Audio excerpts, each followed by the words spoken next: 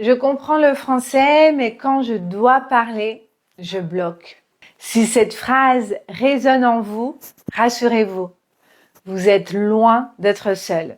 C'est tout à fait normal. Vous comprenez des vidéos sur YouTube, vous comprenez des podcasts, mais dès que vous voulez parler, vous bloquez. Vous cherchez vos mots, vous commencez à paniquer, vous ne voulez pas faire d'erreur, vous souhaitez que votre phrase soit parfaite et donc forcément, là, votre cerveau ne répond plus et vous bloquez. Beaucoup de personnes pensent que c'est à cause du manque de vocabulaire qu'elles ne sont pas capables de parler en français. En réalité, ce n'est pas toujours le cas. Très souvent, vous connaissez déjà beaucoup de mots en français. En fait, le vrai problème, c'est que votre cerveau n'est pas habitué à produire du français spontanément. Donc, si les phrases ne viennent pas naturellement en français, c'est parce qu'il y a un manque de pratique, il y a un manque d'automatisme. En d'autres mots, vous devez vraiment habituer votre cerveau à penser rapidement en français et à produire du français très spontanément. Parce que quand on parle dans la vie quotidienne, quand on a des conversations, tout va très vite. Et donc, si vous n'entraînez pas votre cerveau à faire ça, bien sûr, ce sera beaucoup plus difficile dans les situations réelles.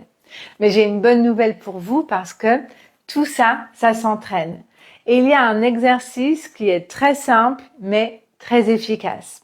En fait, ce que vous allez faire, c'est que vous allez mettre votre chronomètre et vous allez mettre 2 minutes. Pendant ces 2 minutes, vous allez parler seul. Ça va vraiment vous permettre de travailler votre fluidité. Mais attention, vous n'allez pas juste parler seul. Il y a une petite contrainte, il y a une petite règle.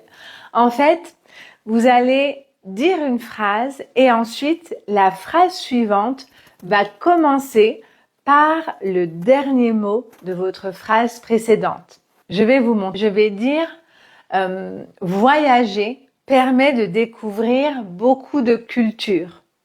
D'accord? Donc mon dernier mot ici c'est culture. Donc je vais commencer ma prochaine phrase avec culture. Bien sûr, je peux ajouter devant un déterminant, un adjectif ou quelque chose, d'accord? Mais l'idée c'est de reprendre culture et de continuer mon récit en relation avec ce que je viens de dire. Si ce n'est pas possible, c'est pas grave, ne vous bloquez pas. Le plus important, c'est de produire du français sans bloquer. D'accord?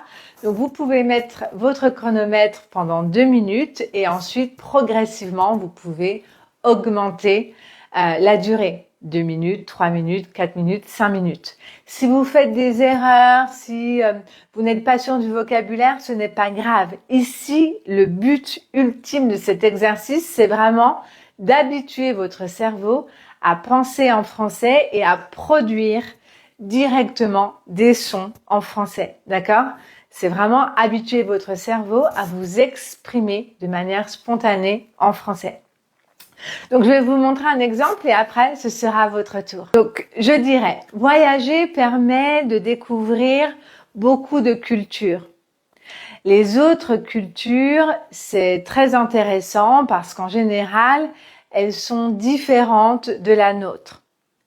La nôtre, c'est la culture dans laquelle on a grandi.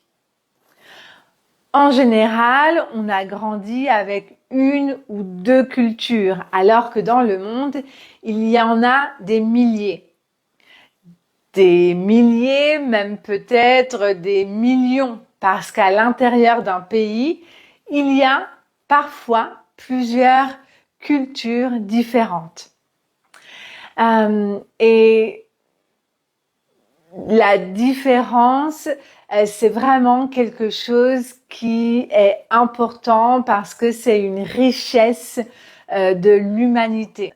D'accord, ça va? Allez, maintenant c'est à votre tour. Pendant 2 minutes, vous pouvez choisir un des thèmes ici et vous parler pendant 2 minutes sur ce thème en reprenant toujours le mot, le dernier mot de la phrase.